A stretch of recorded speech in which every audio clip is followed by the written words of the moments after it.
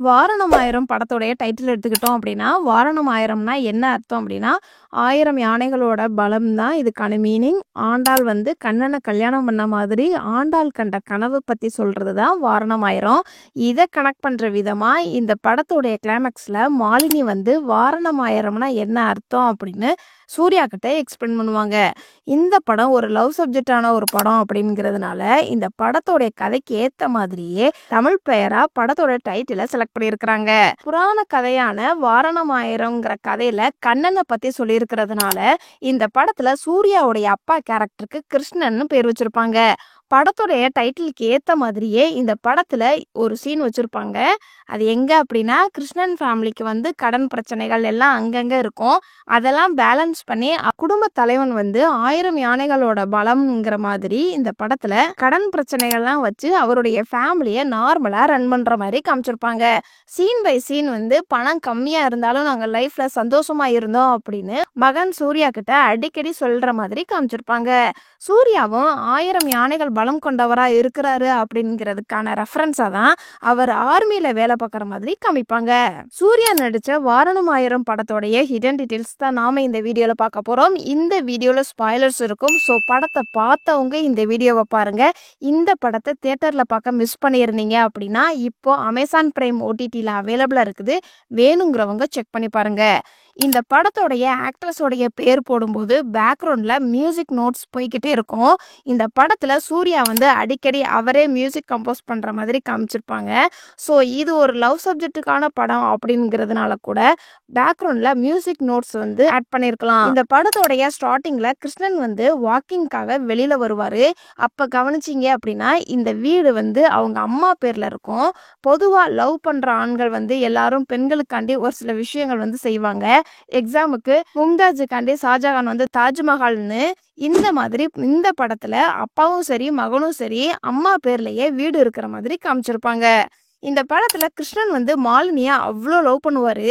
இறந்து போகிற சமயத்துல கூட பாத்ரூம்ல பிளட் வாமிட் பண்ணிடுவாரு. ஆனா ஒய்ஃபுக்கு கஷ்டம் கொடுக்க கூடாது அப்படிங்கிறதுக்காக அவரே கிளீன் பண்ணவும் ட்ரை பண்ணுவாரு. ஆனா மாலினி வந்து நான் பாத்துக்கிறேங்க, நீங்க வெளியில வாங்க அப்படின்னு வெளியில கூட்டிட்டு வர மாதிரி காமிப்பாங்க. இந்த படத்துல ஃபிளாஷ்பேக் போர்ஷன்ல மாலினியும் கிருஷ்ணனும் ஃபர்ஸ்ட் டைம் மீட் பண்ணும்போது ஸ்மைல் பண்ணிட்டு தான் வந்து மீட் பண்ணுவாங்க. அதே மாதிரி இறந்து போகும்போதும் கிருஷ்ணன் வந்து ஸ்மைல் பண்ணி தான் இறந்து போற மாதிரி காமிச்சிருப்பாங்க. இந்த சீன்ல கிருஷ்ணனுக்கு ரொம்பவே உடம்பு சரியாம இருக்கும். பாத்ரூம்ல கூட பிளட் வாமிட் பண்ணியிருப்பாரு. அதுக்கு அடுத்த சீன்ல பெட்ரூம்ல படுக்க வச்சிருப்பாங்க. அப்ப அவருடைய ஃபேஸ்ல அங்கங்க பிளட்டா இருக்கும். டாக்டருக்கு இன்ஃபார்ம் பண்ணுவாங்க. அவர் உடனே வர்ற மாதிரி தான் காமிச்சிருப்பாங்க. கண்டினியூட்டி மிஸ் ஆயிடக்கூடாது அப்படிங்கிறதுக்காக கட்டில் கடியில ஒரு பேசின்ல ரெட் கலர் தண்ணியும் பக்கத்துல துணியும் இருக்கிறத பார்க்க முடியும். அதை ஏன் வச்சிருக்கிறாங்க அப்படின்னா, பாத்ரூம்ல இருந்து கிருஷ்ணனை கூட்டிட்டு பெட்ல படுக்க வச்சதுக்கு அப்புறம் ஃபேஸை தொடச்சி விட்டு இருந்திருக்கலாம், பெட்ரூம்லயே பிளட் வாமிட் எடுத்திருந்திருக்கலாம் அப்படிங்கிறதுக்கான ரெஃபரன்ஸா தான் கட்டில் கடியில பேசினை வச்சிருப்பாங்க. இந்த படத்துல முக்கியமான 2 சீனை ஹெலிகாப்டர்ல இருக்கும்போது தான் சொல்லுவாங்க. ஃபர்ஸ்ட் ஒன்னு சூர்யாவுடைய அப்பா இறந்து போயிட்டாங்க அப்படிங்கிற தகவலை இன்ஃபார்ம் பண்ணும்போது சூர்யா வந்து ஹெலிகாப்டர்ல போய்கிட்டு இருப்பாரு. அதே மாதிரி 2வது சீனு மேக்னா வந்து தன்னுடைய லவ்வை சூர்யா கிட்ட சொல்லும்போது சூர்யா என்ன பண்ணிக்கிட்டு இருப்பாரு அப்படின்னா, விளையாட்டு பொம்மையில ஹெலிகாப்டரை ரிமோட் மூலமா பறக்க விட்டுக்கிட்டு இருப்பாரு. இந்த சீன்ல கிருஷ்ணன் வந்து நான் காலேஜ் படிக்கும்போது மாலினி மேல வந்தது வெறும் லஸ்ட் தான், ஆனா நான் தான் லவ்னு தப்பா புரிஞ்சுக்கிட்டேன் அப்படின்னு சொல்லியிருப்பாரு ஸ்ரேயா கிட்டையும் சூர்யா கிட்டையும். ஆனா அது லவ் தான் அப்படிங்கிறதுக்கான ரெஃபரன்ஸா தான் இந்த சீன்ல கிருஷ்ணனும் மாலினியும் டான்ஸ் ஆடுவாங்க. அதுக்கப்புறமாட்டி உட்காருவாங்க. மாலினிக்கு கால் வலிக்கும் அப்படிங்கிறதுக்காண்டி கிருஷ்ணன் வந்து காலை அமுக்கி விடுற மாதிரி காமிச்சிருப்பாங்க. ஸோ இந்த சீன் மூலமா நாங்க வயசானாலும் எங்களுக்குள்ள இருக்கிறது லஸ்ட் கிடையாது, லவ் தான் அப்படின்னு இந்த சீன் மூலமா ஆடியன்ஸுக்கு கன்வே பண்ணியிருப்பாங்க. இந்த சீன்ல சூர்யா வந்து மேக்னா இறந்து போனப்ப சூர்யா அவங்க அப்பா கிட்ட போன்ல பேசுவாரு. அப்ப சூர்யா என்ன சொல்லுவாரு அப்படின்னா, நாங்களும் உங்களை மாதிரி தான்ப்பா இருந்தோம் அப்படின்னு சொல்லியிருப்பாரு. ஸோ அதுக்கான ரெஃபரன்ஸா எங்க காமிச்சிருப்பாங்க அப்படின்னா, ட்ரெயின்ல ஃபர்ஸ்ட் டைம் மீட் பண்ணும்போது ரொம்ப நேரம் சூர்யாவும் மேக்னாவும் ட்ரெயின்ல பேசிட்டு வர மாதிரி காமிச்சிருப்பாங்க. அப்ப சூர்யா மேக்னாவை பார்த்து ரொம்ப லேட் ஆயிருச்சு, நீ போய் சீக்கிரம் தூங்கு, கண்ணு முழிக்காத அப்படின்னு ஒரு கேரிங்கா சொல்ற மாதிரி காமிச்சிருப்பாங்க. கிருஷ்ணன் வந்து எப்படி மாலினியா ஒரு கேரிங்கா பாத்துக்கிறாரோ அதே மாதிரி சூர்யாவும் மேக்னாவை ஒரு கேரிங்கா பாக்குற மாதிரி இந்த சீன் மூலமா காமிச்சிருப்பாங்க. இந்த ஒரு ஷாட் பார்த்தோம் அப்படின்னா இந்த இடமே வந்து ஒரு சின்ன போர்ஷனா தான் இருக்கும். ஆனா கேமராவை டாப் ஆங்கிள் வச்சு ஃபுல்லா கவர் ஆகுற மாதிரி செம்மையா காமிச்சிருப்பாங்க. இந்த படத்துல மாலினியும் சரி கிருஷ்ணனும் சரி பெருசா வேலைக்கு போற மாதிரி எல்லாம் எங்கேயுமே காமிச்சிருக்க மாட்டாங்க. ஆனா இந்த ஒரு சீன்ல மட்டும் மாலினி வந்து டீச்சரா இருப்பாங்க போல, பேப்பர் கரெக்ஷன் பண்ற மாதிரி காமிச்சிருப்பாங்க. அதே மாதிரி சூர்யா வந்து ட்ரிங்க்ஸ் அடிக்டா இருப்பாரு. அப்ப மாலினி வேலைக்கு போயிட்டு வர மாதிரி காமிப்பாங்க. இந்த படத்தோட ஒரு ஃபேக்ட் என்ன அப்படின்னா ஃபர்ஸ்ட் சூர்யாவுடைய யங் போர்ஷனை எல்லாத்தையுமே ஷூட் பண்ணியிருக்கிறாங்க. அதுக்கப்புறம் தான் வயசான கிருஷ்ணனுடைய போர்ஷனை ஷூட் பண்ணியிருக்கிறாங்க. ஆனா கொஞ்சம் கூட டிஃபரெண்ட் தெரியாம மாஸ்க் பண்ணியிருப்பாங்க. ஒரு சில ஷார்ட்ஸ் மட்டும் டூயல் ரோல் சீனா மேக் பண்ணியிருப்பாங்க. கிருஷ்ணன் வந்து சூர்யா கிட்ட பேப்பரை கொடுக்குற சீன்ல பேப்பரை டக்குன்னு கொடுத்துருவாரு. அதே மாதிரி புது வீடு கட்டி பால் காய்ச்சுற அந்த சீன்ல கிருஷ்ணன் மட்டும் யாரையுமே டச் பண்ணாம கையை கட்டி கம்பீரமா உட்கார்ந்து இருக்கிற மாதிரி காமிச்சிருப்பாங்க. சூர்யா வந்து பசங்க கிட்ட அடி வாங்கிட்டு இருந்திருப்பாரு. இப்போ ஒரு கண்ணாடியில இவருடைய ஃபேஸும் தெரியும், இன்னொரு கண்ணாடியில அவங்க அப்பா கிருஷ்ணனுடைய ஃபேஸ் தெரியற மாதிரியும் ஷூட் பண்ணியிருப்பாங்க. இந்த சீன்ல சூர்யா வந்து ஸ்ரேயா கிட்ட கிட்டார்ல ஒரு டியூன் வாசிச்சு காமிப்பாரு. அப்ப ஸ்ரேயா என்ன சொல்லுவாங்கன்னா, இந்த டியூன் நல்லா இருக்குதே, இது எந்த படத்துல இருந்து வந்துச்சு அப்படின்னு கேட்பாங்க. அதுக்கு சூர்யா நானா கம்போஸ் பண்ணது அப்படின்னு சொல்லியிருப்பாரு. இது வரைக்கும் யாருமே போடல, இந்த மாதிரி டியூன் வர்றதுக்கு இன்னும் 10-15 வருஷம் ஆகும் அப்படின்னு சொல்லுவாரு. ஆனா இந்த டியூன் வந்து இந்த படத்தோடைய டைரக்டர் ஜிவிஎம் வந்து இதுக்கு முன்னாடி எடுத்த வேட்டையாடு விளையாடு படத்துல இருந்து மஞ்சள் வெயில் சாங்கோடைய டியூனை தான் இந்த படத்துல சூர்யா ப்ளே பண்ணி காமிச்சிருப்பாரு. ஒரு அப்பா மகனுக்கான ரிலேஷன்ஷிப்பை பத்தி தான் இந்த படம் முழுக்க முழுக்க பேசியிருப்பாங்க. ஆனாலும் ஒரு சில விஷயங்கள் வந்து அம்மா சொன்னாதான் மகனுக்கு புரியும் அப்படிங்கிறதுக்காக இந்த ஒரு சீன்ல சூர்யா வந்து அவங்க அப்பாவுக்கு கால் பண்ணி தன்னுடைய ரூம்லயே தங்கிக்க சொல்லியிருக்கிறாங்க அப்படின்னு மேக்னா சொன்ன மாதிரி சூர்யா வந்து அவங்க அப்பா கிட்ட சொல்லுவாரு. அப்ப கிருஷ்ணன் வந்து அவங்க அம்மா கிட்ட போனை கொடுத்து பேச சொல்லியிருப்பாங்க. ஸோ என்னதான் அப்பா மகனுக்கான ரிலேஷன் வந்து க்ளோஸா இருந்தாலும் ஒரு சில விஷயங்கள் வந்து அம்மா பேசினாதான் கரெக்டா இருக்கும் அப்படிங்கிற மாதிரி இந்த சீனை கிரியேட் பண்ணியிருப்பாங்க. இந்த படத்துல கிருஷ்ணன் வந்து எப்படி மாலினிக்கு லவ் ப்ரப்போஸ் பண்ணுவாரோ அதே மாதிரி தான் மேக்னா வந்து தன்னுடைய லவ்வை சூர்யா கிட்ட சொன்னதும் சூர்யா வந்து மேக்னா கிட்ட அவங்க அப்பா சொன்ன மாதிரியே தான் லவ்வை அக்செப்ட் பண்ண மாதிரி காமிப்பாங்க. கிருஷ்ணன் வந்து மாலினி கிட்ட எப்படி லவ் ப்ரப்போஸ் பண்ணுவாங்க அப்படின்னா, இங்க இருக்கிறவங்க யாரும் இவ்வளோ அழகா பார்த்துருக்க மாட்டாங்க, ஏன்னா நீ அவ்வளோ அழகு அப்படின்னு கிருஷ்ணன் வந்து சொல்லுவாரு. இதே மாதிரி சூர்யா வந்து லவ் அக்செப்ட் பண்ணும்போது உங்ககிட்ட கொடுக்கறதுக்கு அழகான ஒன்னையும் இந்த பிரிட்ஜையும் தவிர இங்க உங்ககிட்ட கொடுக்கறதுக்கு ஒண்ணுமே இல்லை, இந்த பூக்களை தவிர எதுவும் அவ்வளவு அழகு இல்லை அப்படின்னு சொல்லி தேங்க்ஸ் சொல்லுவாரு. அதே மாதிரி இந்த படத்தோடைய ஸ்டார்டிங்ல மாலினியை வந்து சூர்யா கிட்ட காதல் கதையை பத்தியே சொல்லும்போது பேக்ரவுண்ட்ல எந்த ஒரு மியூசிக்குமே வராது.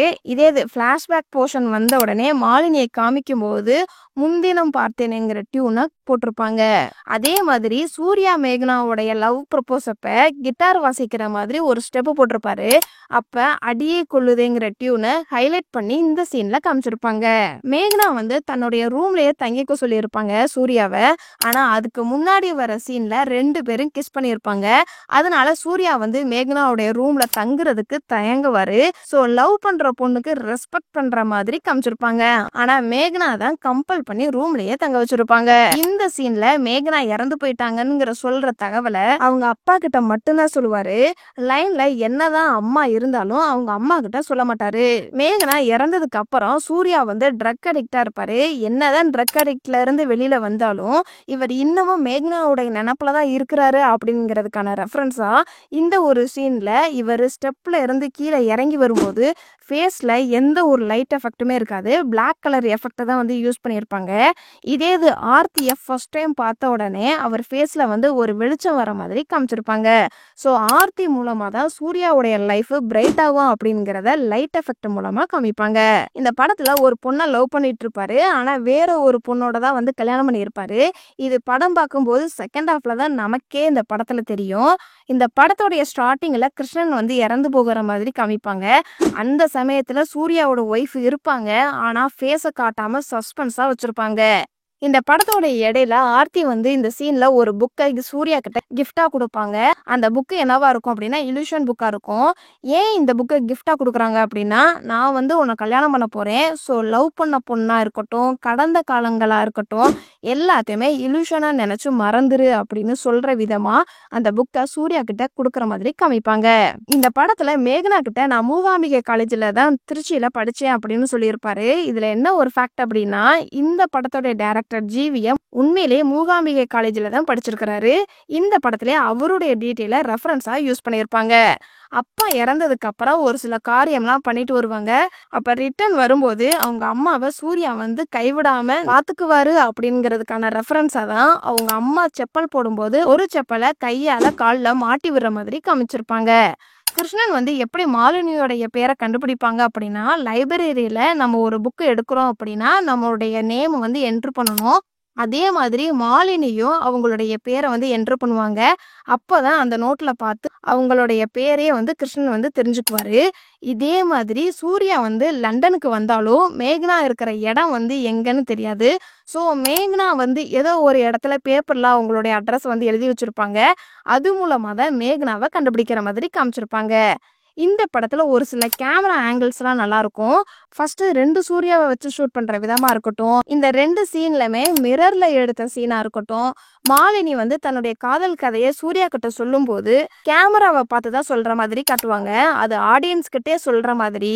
மேகனா இறந்ததும் சூர்யா வந்து வீட்டுக்கு திரும்ப வந்திருப்பாரு. அப்ப சூர்யாவை கட் பண்ற மாதிரி காமிப்பாங்க. ஆனா கேமராவை தான் கட் பண்ணி அப்படியே சோஃபால உட்கார வைக்கிற மாதிரி காமிச்சிருப்பாங்க. கிருஷ்ணனுடைய லாஸ்ட் சீன்ல மகன்கிட்ட பார்த்து போயிட்டு வாப்பா அப்படின்னு சொல்ல வந்திருப்பாரு. கிருஷ்ணன் வந்து திரும்ப ரிட்டர்ன் போகும்போது ஸ்லோ மோஷனா போற மாதிரி காமிச்சிருப்பாங்க. அந்த சீன் தான் சூர்யா பார்த்த லாஸ்ட் சீனா இருக்கும். முழுக்க முழுக்க அம்மா அப்பாவுடைய காதல் கதையை கேட்டு கேட்டுதான் ஸ்ரேயாவும் சூர்யாவும் வளருவாங்க. இதே மாதிரி தாத்தா பாட்டி கதை, அம்மா அப்பாவுடைய கதைகளை மகன் மகள் பேரன் பேத்திகளுக்கெல்லாம் சொல்லி வளர்க்கணும் அப்படின்னு சூர்யாவுக்கு அட்வைஸ் பண்ற விதமா ஆடியன்ஸுக்கும் அட்வைஸ் பண்ணியிருப்பாங்க. இந்த படத்துல ஒரு ஃபேக்ட் என்ன அப்படின்னா, இந்த படத்துல இருந்துதான் சூர்யா ஃபர்ஸ்ட் டைம் 6 பேக்கை வைக்க ஆரம்பிச்சிருக்கிறாரு. இந்த படத்துல ஒரு சின்ன லாஜிக் மிஸ்டேக் என்ன அப்படின்னா, என்னதான் இந்த படம் அப்பா மகனுக்கான ஒரு கதையா இருந்தாலும் சூர்யாவுக்கு தங்கச்சியா ஸ்ரேயான்னு ஒரு பொண்ணு இருக்கும். ஆனா இந்த பொண்ணை பெருசா இந்த படத்துல இன்வால்வ் பண்ணியிருக்கவே மாட்டாங்க. வாரணம் ஆயிரம் படத்தை ஒரு தடவையாவது பார்த்திருக்கீங்க அப்படின்னா இந்த வீடியோக்கு லைக் பண்ணுங்க. இந்த படத்துல நடிச்ச எந்த கேரக்டரோட ரோல் உங்களை ரொம்ப இம்ப்ரெஸ் பண்ணுச்சு அப்படிங்கிறத கமெண்ட்ஸ்ல சொல்லுங்க. இதுக்கு முன்னாடி நம்மளுடைய சேனல்ல மங்காத்தா படத்தோடைய டீகோட் வீடியோ அப்லோட் பண்ணியிருக்கிறோம். வேணுங்கிறவங்க செக் பண்ணி பாருங்க. வாரணம் ஆயிரம் படத்துல இதெல்லாம் நான் நோட் பண்ண சின்ன சின்ன ஹிடன் டீட்டெயில்ஸ். இந்த மாதிரி படத்துல வர ஹிடன் டீட்டெயில்ஸ் வீடியோ உங்களுக்கு இன்னும் வேணும் அப்படின்னா நம்மளுடைய சேனலை சப்ஸ்கிரைப் பண்ணி பெல் ஐக்கானையும் கிளிக் பண்ணுங்க.